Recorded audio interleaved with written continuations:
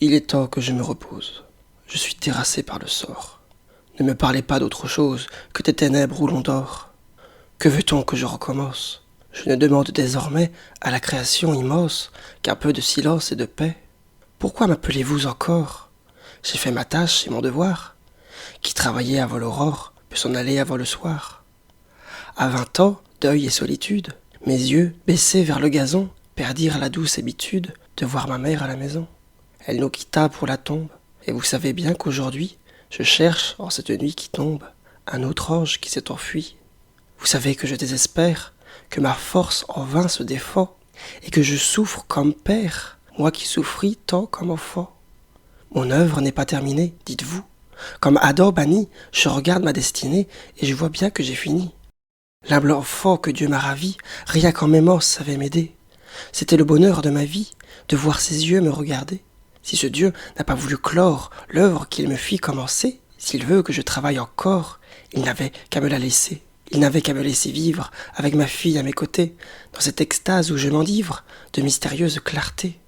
Ces clartés, jour d'une autre sphère. Ô Dieu jaloux, tu nous les vends. Pourquoi m'as-tu pris la lumière que j'avais parmi les vivants? As-tu donc pensé, fatal maître, qu'à force de te contempler, je ne voyais plus ce doux être, et qu'il pouvait bien s'en aller? T'es-tu dit que l'homme, vaine ombre, hélas, perd son humanité, à trop voir cette splendeur sombre qu'on appelle la vérité, qu'on peut le frapper sans qu'il souffre, que son cœur est mort dans l'ennui, et qu'à force de voir le gouffre, il n'a plus qu'un abîme en lui, qu'il va, stoïque, où tu l'envoies, et que désormais, endurci, n'ayant plus ici-bas de joie, il n'a plus de douleur aussi?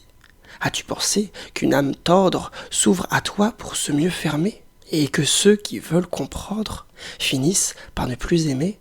Ô Dieu, vraiment, as-tu pu croire que je préférais sous les cieux l'effrayant rayon de ta gloire aux douces lueurs de ses yeux? Si j'avais su tes lois moroses, et qu'au même esprit enchanté tu ne donnes point ces deux choses, le bonheur et la vérité, plutôt que de lever tes voiles et de chercher, cœur triste et pur, à te voir au fond des étoiles, ô Dieu, sombre d'un monde obscur. J'eusse aimé mieux, loin de ta face, suivre, heureux, un étroit chemin, et n'être qu'un homme qui passe, tenant son enfant par la main. Maintenant je veux qu'on me laisse, j'ai fini, le sort est vainqueur, que bientôt rallumer sans cesse dans l'ombre qui m'emplit le cœur. Vous qui me parlez, vous me dites qu'il faut rappeler ma raison, guider les foules et décrépites vers les lueurs de l'horizon, qu'à l'heure où les peuples se lèvent, tout penseur suit un but profond, qu'il se doit à tous ceux qui rêvent, qu'il se doit à tous ceux qui vont, qu'une âme, qu'un feu pur anime, doit hâter, avec sa clarté, l'épanouissement sublime de la future humanité.